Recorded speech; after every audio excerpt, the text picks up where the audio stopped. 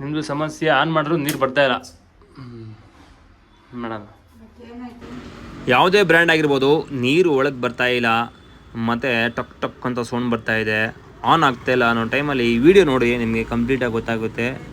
ಬನ್ನಿ video start ಮಾಡೋಣ. ನಾವು ಒಂದೊಂದೇ ಸ್ಟೆಪ್ ಚೆಕ್ ಮಾಡ್ತಾ ಹೋಗೋಣ. ಫಸ್ಟಿಗೆ ಟ್ಯಾಪಿಂದ ನೀರು ಬರ್ತಾ ಇದೆಯಾ, ಅದ್ರ ನಂತರ ಪ್ರೀ ಫಿಲ್ಟರ್ ಅಂತೀವಿ, ಅದರಿಂದ ನೀರು ಆಚೆ ಬರ್ತಾಯಿದೆ ಚೆಕ್ ಮಾಡ್ಕೊಬೇಕಾಗತ್ತೆ. ಒಂದೊಂದು ಮಾಡಲಲ್ಲಿ ನೀರು ಫೋರ್ಸ್ ಕಡಿಮೆ ಆದರೂ ಕೂಡ ಆನ್ ಆಗೋದಿಲ್ಲ. ನೀರು ಬರ್ತಾ ಇರೋ ಪ್ರೆಷರ್ ಚೆಕ್ ಮಾಡ್ಕೋಬೇಕಾಗತ್ತೆ. ನಿಮ್ಗೇನಾರ ಪ್ರೆಷರ್ ಬರ್ತಾ ಇದೆ ಆದರೂ ನಿಮ್ಮ ಸಿಸ್ಟಮ್ ಆನ್ ಆಯ್ತಾಯಿಲ್ಲ ಅಂದರೆ ನೆಕ್ಸ್ಟ್ ಏನಿರುತ್ತೆ, ಒಳಗಡೆ ಫ್ಲೋಟ್ ಸ್ವಿಚ್ ಅಂತ ಒಂದಿರುತ್ತೆ, ಅಂದರೆ ನೀರು ಫಿಲ್ ಆಗಿದ ತಕ್ಷಣ ಆಫ್ ಮಾಡೋದಕ್ಕೆ. ಸೊ ಅದೇನಾರ ಜಾಮ್ ಆಗಿಬಿಟ್ಟಿದೆಯಾ, ಸ್ಟಕ್ ಆಗಿಬಿಟ್ಟಿದೆಯಾ ಚೆಕ್ ಮಾಡ್ಕೋಬೇಕಾಗತ್ತೆ. ಅದು ಟ್ಯಾಂಕ್ ಒಳಗಡೆ ಇರುತ್ತೆ. ಸೊ ನಾವು ತಿರ್ಗಾ ಮತ್ತೆ ನೀರು ಕಲೆಕ್ಷನ್ ಕೊಟ್ಟು ನೀರು ಆನ್ ಮಾಡಿ ಸ್ವಿಚ್ ಆನ್ ಮಾಡ್ತಾಯಿದ್ದೀನಿ.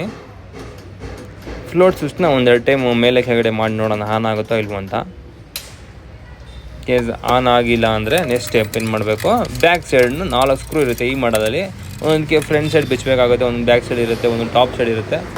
ಸೊ ಇದರಲ್ಲಿ ಈ ಥರ ಇದೆ. ಮತ್ತು ಇದರಲ್ಲಿ ಟ್ಯಾಪ್ ಕೂಡ ಬಿಚ್ಚಿಬಿಟ್ಟೆ ರಿಮೂವ್ ಆಗೋದು. ಮುಂದುಗಡೆ ಇರೋ ಟ್ಯಾಪ್ ರಿಮೂವ್ ಆದಮೇಲೆ ಬರೋದು, ಹಂಗೆ ಹೇಳಕ್ಕೆ ಹೋಗಬೇಡಿ. ಮತ್ತು ಅದು ನಿಧಾನಕ್ಕೆ ಒಣಗಿಸ್ಬಿಟ್ಟು ಒಳಗಡೆ ಕಾಂಪೋನೆಂಟ್ಸ್ ಏನಾರ ವೈರ್ಗಿರಿ ಬಿಚ್ಕೊಂಡಿದೆಯಾ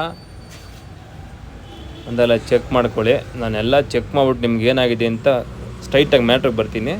ಒಳಗಡೆ ಫಸ್ಟು LP ಸ್ವಿಚ್ಚು ಚೆಕ್ ಮಾಡ್ಕೊಳ್ಳೋಣ. LP ಅಂದರೆ low pressure switch. In case water low pressure ಇದ್ದರೆ ಕಂಟಿನ್ಯೂಟಿ ಬರೋಲ್ಲ. ವಾಟ್ರ್ ಪ್ರೆಷರ್ ಪರ್ಫೆಕ್ಟ್ ಆಗಿದೆ, ಕಂಟಿನ್ಯೂಟಿ ಬರ್ತಾ ಇದೆ, pressure switch low pressure switch ಕರೆಕ್ಟಾಗಿ ವರ್ಕ್ ಆಗ್ತಾಯಿದೆ. ಇವಾಗ ನೀರು ಆಫ್ ಮಾಡ್ತೀನಿ ನೋಡಿ. ನೀರು ಆಫ್ ಮಾಡಿ ಪ್ರೆಷರ್ ಕಡಿಮೆ ಆಗಿದ ತಕ್ಷಣ ಕಂಟಿನ್ಯೂಟಿ ಹೋಗ್ಬಿಡ್ಬೇಕು ನೋಡಿ, ಹೋಗ್ಬಿಡ್ತು, ಕಂಟಿನ್ಯೂಟಿ ಹೋಗ್ಬಿಡ್ತು. LP ಸ್ವಿಚ್ಚು ಪರ್ಫೆಕ್ಟ್ ಆಗಿದೆ, ನೀರು ಪ್ರೆಷರ್ ಕೂಡ ಪರ್ಫೆಕ್ಟ್ ಆಗಿದೆ, ಏನು ತೊಂದರೆ ಇಲ್ಲ. ಇವಾಗ ನೆಕ್ಸ್ಟ್ ಸ್ಟೆಪ್ ನಾವೇನು ಮಾಡಬೇಕು, ಮೇಲ್ಗಡೆ ಫ್ಲೋಟ್ ಸ್ವಿಚ್ಚಲ್ಲಿ ಕಂಟಿನ್ಯೂಟಿ ಬರ್ತಾಯಿದೆ ಚೆಕ್ ಮಾಡ್ಕೋಬೇಕು. ನೀರೇನಾರ ಎಂಟಿ ಇದ್ದರೆ ಕಂಟಿನ್ಯೂಟಿ ಬರಬೇಕು, ನೀರು ಟ್ಯಾಂಕ್ ಫುಲ್ ಆಗಿದ್ದರೆ ಕಂಟಿನ್ಯೂಟಿ ಬರಬಾರ್ದು. ಇದು ಚೆನ್ನಾಗಿದೆ. ಲೋ ಪ್ರೆಷರ್ ಸ್ವಿಚ್ಚಿಂದ 2 ವೈರ್ನ ತೆಗೆದುಬಿಟ್ಟು ಕಂಟಿನ್ಯೂಟಿ ಕೊಟ್ಟು ಡೈರೆಕ್ಟಾಗಿ ಆನ್ ಮಾಡಿ ನೋಡೋಣ. ಯಾಕಂದರೆ ನೀರು ಆನ್ ಮಾಡಿಕೊಂಡೆ ಬೇಡ ಅಂತ ಹೇಳಿ ನಾನು ಇದನ್ನು ಕಂಟಿನ್ಯೂಟಿ ಕೊಟ್ಕೊಂಡಿದ್ದೀನಿ. ಅಂದರೆ ಒಂದಕ್ಕೊಂದು ಜಾಯಿಂಟ್ ಮಾಡಿದ್ದೀನಿ. ಆನ್ ಮಾಡಿದಾಗ ಇವಾಗ ಪವರ್ ಸಪ್ಲೈ ಬರುತ್ತಾ, AC ವೋಲ್ಟೇಜ್ ಇನ್ಪುಟ್ ಆಗಿದೆ SMPSಲ್ಲಿ, ಔಟ್ಪುಟ್ಟು DC ವೋಲ್ಟೇಜ್ ಬರ್ತಾಯಿಲ್ಲ, ಟಿಕ್ ಟಿಕ್ ಟಿಕ್ ಅಂತ ಇದೆ. ಲೈಕ್ AC ವೋಲ್ಟೇಜ್ ಅಂತೂ SMPSಗೆ ಹೋಗಿದೆ, ಪಂಪ್ ಆನ್ ಆಗ್ತಾಯಿಲ್ಲ.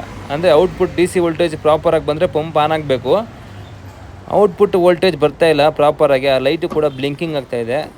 ಸಮಸ್ಯೆ ಇದರಲ್ಲೇ ಇರೋದು. ಸೊ SMPSನ ರೀಪ್ಲೇಸ್ ಮಾಡಿದ್ರೆ ಇದು ವರ್ಕಿಂಗ್ ಬಂದುಬಿಡುತ್ತೆ. SMPS ಯಾವ ಥರ ಟೈಪಲ್ಲಿ ಹಾಕಬೇಕು ನೋಡಿ, 3 ಟೈಪ್ ಇದೆ SMPSಲ್ಲಿ. ಎಷ್ಟು ವೋಲ್ಟೇಜು, ಎಷ್ಟು ಆ್ಯಂಪೇರ್ ಅಂತ ಚೆಕ್ ಮಾಡಿಕೊಂಡು ಒಳ್ಳೆ ಕಂಪ್ನಿದು ಹಾಕಬೇಕಾಗತ್ತೆ. ಸೊ ಆವಾಗ ಲೈಫ್ ಬರೋದು, ಮೋಟ್ರ್ ಕೂಡ ಪ್ರಾಪರಾಗಿ ಪಂಪೆಲ್ಲ ವರ್ಕ್ ಆಗೋದು.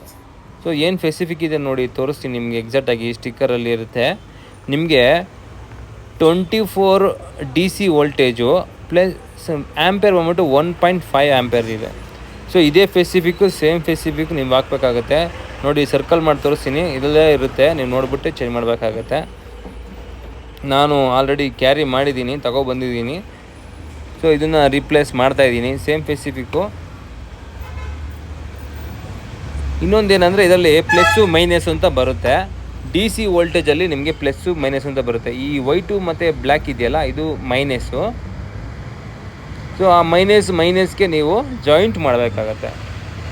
ಇದು ನಿಮಗೆ ಅದಲು ಬದಲು ಉಲ್ಟಾ ಪಲ್ಟಾ ಕೊಟ್ಟರು ಕೂಡ ಶಾರ್ಟ್ ಆಗುತ್ತೆ. ಸೊ ಯಾವುದು ವೈರು ಪ್ಲಸ್ಸು ಯಾವುದು ವೈರು ಮೈನಸ್ಸು ಅಂತ ನೋಡಿಕೊಂಡು ಅದಕ್ಕೆ ಜಾಯಿಂಟ್ ಮಾಡಿಬಿಟ್ಟು ನೀವು ಕಲೆಕ್ಷನ್ ಕೊಡಬೇಕಾಗತ್ತೆ. ಇದು ಮಾತ್ರ ಕೇರ್ಫುಲ್ಲಾಗಿ ಕೊಡಿ, ಆಮೇಲೆ ತಿರ್ಗಾ ನೀವು ದುಡ್ಡು ಕೊಟ್ಟು ತರಬೇಕಾಗತ್ತೆ. ಅದಕ್ಕೋಸ್ಕರ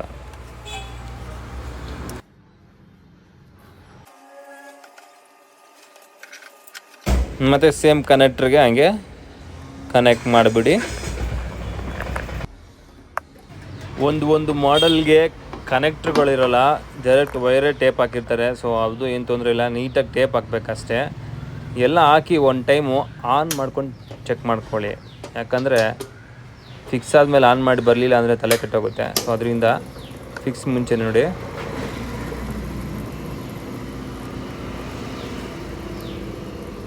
ಪರ್ಫೆಕ್ಟಾಗಿ ಬರ್ತಾಯಿದೆ, ಸೌಂಡು ಓಡ್ತಾಯಿದೆ. ಸೊ ಪ್ರಾಬ್ಲಮ್ ಗೊತ್ತಾಯ್ತಲ್ಲ ಹೇಗೆ ಸಾಲ್ವ್ ಮಾಡೋದು ಅಂತ. Very simple. ಮತ್ತು ಯಾವ ಪ್ಲೇಸಲ್ಲಿ ಏನೇನಿತ್ತು ನೀಟಾಗಿ ಅದೇ ರೀತಿಲಿ ಹಾಕಬೇಕಾಗತ್ತೆ. ಇಲ್ಲಾಂದರೆ ವೈಬ್ರೇಷನ್ ಸೌಂಡು, ನಾರ್ಮಲ್ ಸೌಂಡ್ ಎಲ್ಲ ಬರುತ್ತೆ, ಇರಿಟೇಟ್ ಆಗುತ್ತೆ. ಸೊ ಅದರಿಂದ ಮತ್ತು ಫಿಕ್ಸಿಂಗ್ ಆದಮೇಲೆ ವಾಟ್ರ್ ಲೀಕೇಜ್ ಬರ್ತಾಯಿದ್ವು ಇಲ್ಲೋ ಅಂತ ಚೆಕ್ ಮಾಡ್ಕೊಬೇಕಾಗತ್ತೆ. ಫಿಕ್ಸ್ ಎಲ್ಲ ಮಾಡಿ ಹೋದ್ಮೇಲೆ ವಾಟ್ರ್ ಲೀಕೇಜ್ ಬಂದರೆ ಮತ್ತೆ ಬಂದು ಚೆಕ್ ಮಾಡೋದಕ್ಕೂ ಕೂಡ ತುಂಬ ತೊಂದರೆ ಆಗುತ್ತೆ. ಯಾವುದಕ್ಕೂ ಒಂದು ಸ್ಟೆಪ್ ಮಾತ್ರ ಕೊನೆಯಲ್ಲಿ ನೀವು ಚೆಕ್ ಮಾಡಲೇಬೇಕಾಗತ್ತೆ. ಏನು ಅಂದರೆ ಎಲ್ಲ ಫಿಕ್ಸ್ ಮಾಡಿ ವಾಟ್ರ್ ಪ್ಯೂರಿಟಿ ಚೆಕ್ ಮಾಡ್ಕೊಬೇಕಾಗತ್ತೆ, ಬರ್ತಾಯಿದೆಯೋ ಇಲ್ವೋ ಅಂತ. ರಿಜೆಕ್ಟ್ ವಾಟ್ರ್ ಎಷ್ಟು ಹೋಗ್ತಾ ಇದೆಯೋ ಅದಕ್ಕಿಂತ ಒಂದು 40% ವಾಟ್ರು, ಪ್ಯೂರ್ ವಾಟ್ರು ಬರಬೇಕಾಗತ್ತೆ. ಫ್ಲೋ ಮತ್ತು TDS ನೀವು ಚೆಕ್ ಮಾಡಿಕೊಂಡೇ ಹೋಗಬೇಕಾಗತ್ತೆ. ಒಂದು 10 ಲೀಟ್ರ್ ನೀರು ತುಂಬೋದಕ್ಕೆ ಮಿನಿಮಮ್ ಅಂದ್ರೂ 150 ಮಿನಿಟ್ಸಲ್ಲೇ ತುಂಬಬೇಕಾಗತ್ತೆ. ಸೊ ಫ್ಲೋ ಪರ್ಫೆಕ್ಟ್ ಆಗಿದೆ, ಔಟು ಮತ್ತು ಇಷ್ಟು ಫ್ಲೋ ಬಂದರೂ ಫೈನ್. ಯಾಕಂದರೆ ಇದು TDS ಸ್ವಲ್ಪ ಜಾಸ್ತಿ ಇತ್ತು. ಸೊ ನಿಮಗೆಲ್ಲ ಅರ್ಥ ಆಗಿರಬೇಕಲ್ಲ ಫ್ರೆಂಡ್ಸ್. ವೆರಿ ಈಸಿ, ಸಿಂಪಲಾಗೆ ವರ್ಕ್ಗಳು ಮಾಡ್ಬೋದು. ಇನ್ನು ನನ್ನ ವೀಡಿಯೋಗಳು ನೋಡಬೇಕಂದ್ರೆ ಏನು ಮಾಡಬೇಕು ಹೇಳಿ? ಕರೆಕ್ಟ್. ಮತ್ತು ಫ್ರೀ ಫಿಲ್ಟ್ರನ್ನ ಯಾವಾಗದೇ ಕಾರಣಕ್ಕೂ ಚೇಂಜ್ ಮಾಡದೆ ಹೋಗಬೇಡಿ. ಇದು ಚೇಂಜ್ ಮಾಡೇ ಹೋಗಿ, ಯಾವುದೇ 1 ತಿಂಗಳಾಗಿರಲಿ 2 ತಿಂಗಳಾಗಿರಲಿ ಚೇಂಜ್ ಮಾಡಿಬಿಟ್ರೆ ಬೆಟ್ರು. ಇನ್ನೊಂಚೂರು ಲೈಫ್ ಬರುತ್ತೆ. Okay, tata, bye bye, see you again.